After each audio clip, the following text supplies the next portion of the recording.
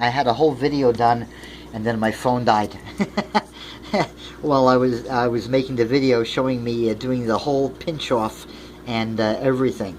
When you see something like this show up on your coleus, I'm going to shade a little, try to shade a little bit here so the phone maybe picks it up a little bit better. I'm right now at a very low battery, and this phone is slowly dying too, I think.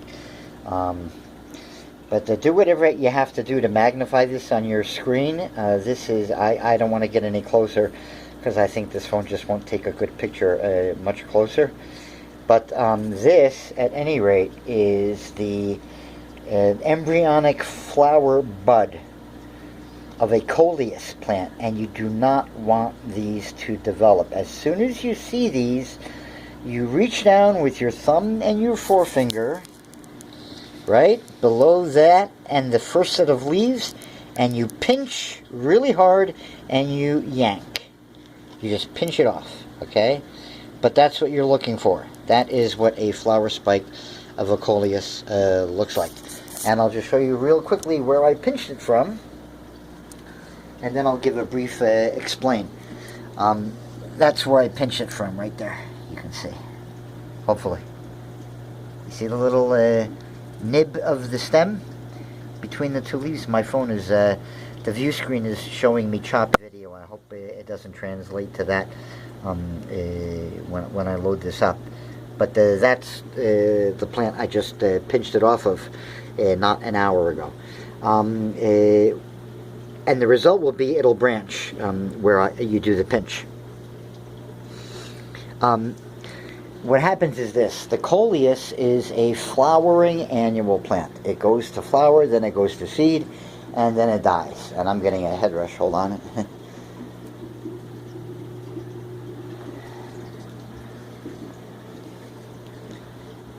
Oh, haven't had those in a long time. I stood up way too fast. Where was I? Oh yeah, the coleus. So where the coleus is a flowering annual plant. That little bud that you saw, if you noticed it and the camera was able to focus on it, it's covered. The bud itself is actually a series of little buds packed tightly together, alternating with the others. They go up that little bud, and that bud shoots up and becomes a little square stem stalk. I think it's got a square stem too. Yeah, the plant itself has a square stem, and that continues all the way up to the very top. I'm 99% sure. At any rate, and then it becomes about 3 inches tall, and then each of those little buds that you saw that alternate in the center on the bud itself is an embryonic flower, and then the flowers open all up and down the sides of that little 3 inches column, that spike, that bolted, above the plant. And they open up, and there are these little tiny, very pretty but very small blue flowers. They'll look almost like an orchid flower up close. If the opportunity presents itself, I will take a side cutting from one of these plants and let it grow up and out to see, just to show you what the spike flower actually looks like. But I'm sure you can just Google coleus flower and you'll see. But you don't want the coleus to do that, because then it'll produce its flower, and then the whole plant will get really lanky and leggy, and you won't be able to bring it back. Even if you try with a side cutting, like that hasn't flowered yet, it still may be too late hormonally to bring the plant back into vegetative mode. Cut them off when you can, folks. It makes life a lot easier. And it keeps the mother plant that you're dealing with in vegetative mode. My lights, or you can do the alternative and just keep your lights at less than 12 hours a day, and that will also. This sounds a lot like I'm trying to teach somebody how to grow a pot plant, but it's the same idea. It's the same process. When wheat goes to flower, and then it dies. That's it. It's also a flowering annual, and the trick is to try to keep it in vegetative mode as long as possible to then give it the chance to get as many flower spikes as possible. Sorry about that.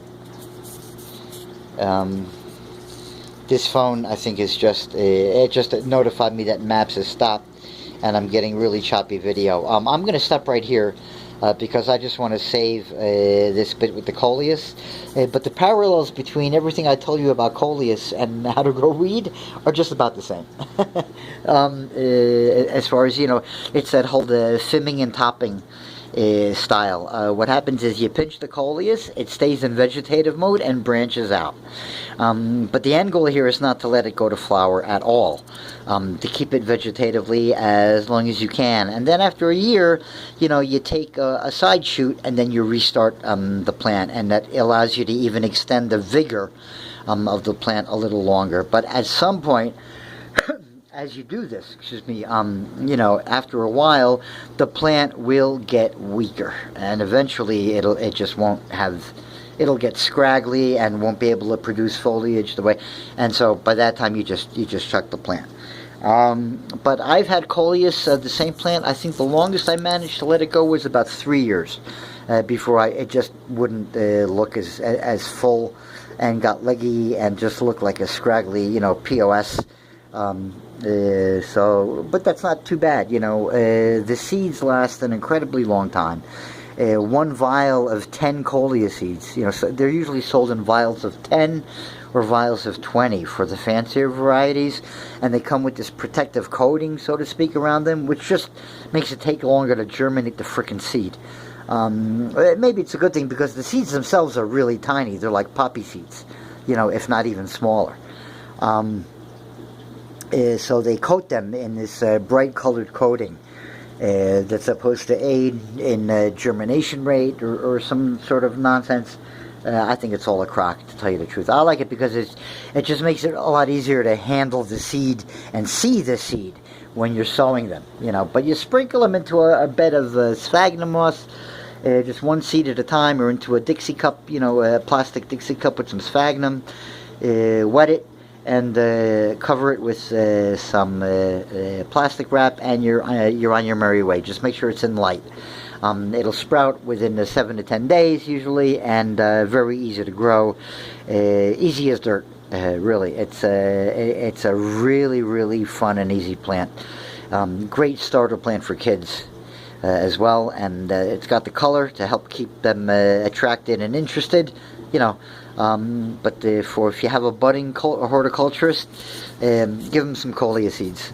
It's a great house plant to learn to start from seed.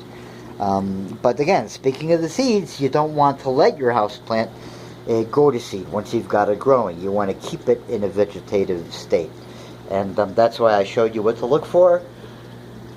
There it is over there. I got to sit down, and so that's what I'm doing. There is the coleus tip over there.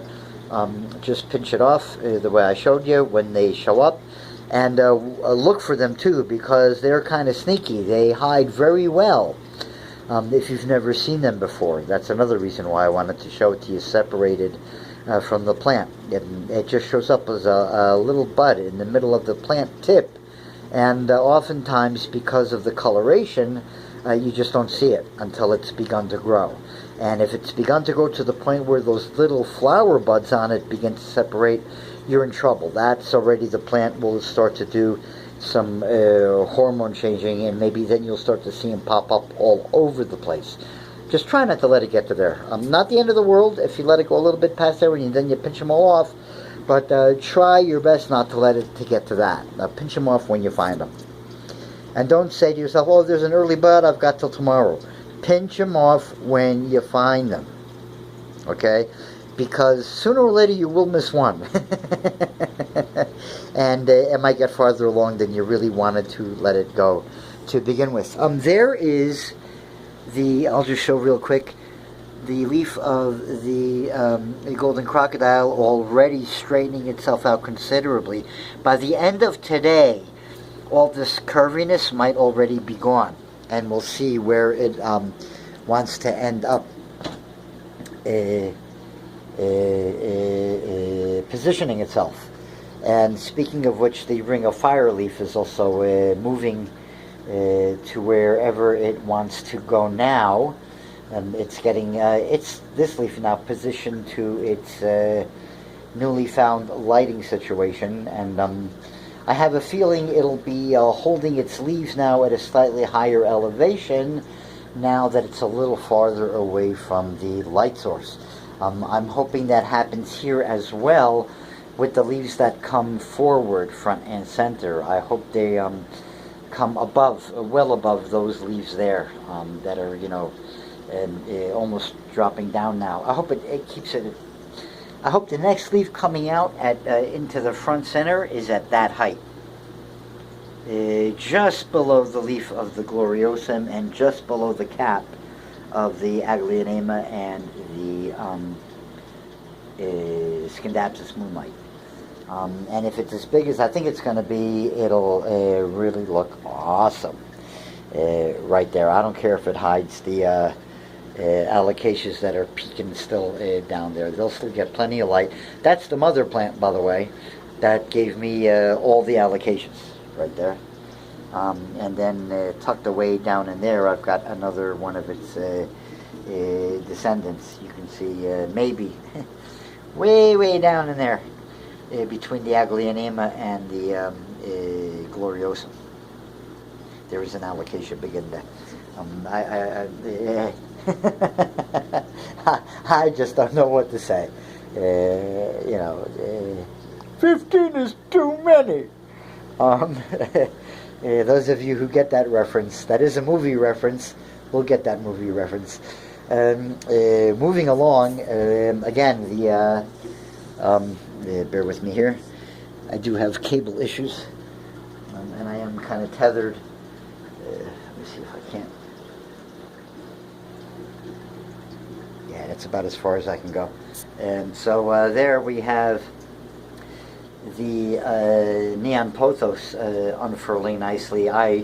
When this plant gets big and starts to vine up and become the monster that it has the potential to become, that you would never know when you see it in a basket at Walmart, unless you read up on it and started to learn about aeroids and climbing philodendrons in general.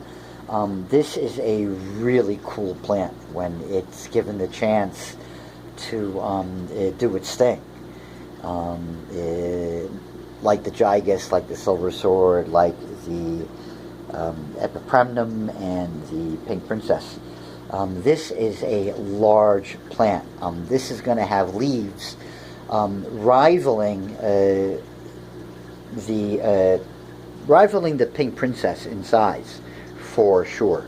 Maybe even a little bit longer. I would not be surprised if I ended up getting leaves close to 10-12 inches long on this plant, and they will stay really rounder. They don't stretch out like really like that the gigas ends up doing, or like the pink princess ends up doing, or like the silver sword ends up doing. It's a rounder leaf. And at any rate, I'm mentioning it because I'm seeing, as best I can tell right now, that when this is done unfurling, the side that is still rolled up to the right, what's going to be to the right of the midrib, is going to have a green patch on it, just like the green patch on the leaf behind it. And that's 2 leaves in a row. So I may end up with a neon pothos with some darker marbling on it, which would be really cool. I've got plenty of regular neon pothos. I've got the 4, maybe anywhere from 3 to 5 separate plants going on in the factory room at any one time. One of which already lines with a runner, has lined the entire bottom windowsill of a 4-foot long window. And I may train it to grow up and around the window the way I had it in front of the fish tank behind my back. That was a story in and of itself. I'll have to tell that story one day. I might do it right after recording this video. In fact, I think that's what I'll do. So at any rate, I'm hitting the time limit here, folks. So that's it about the coleus, with the quick look at the room and the focus on the neon pothos. Time for video part 2.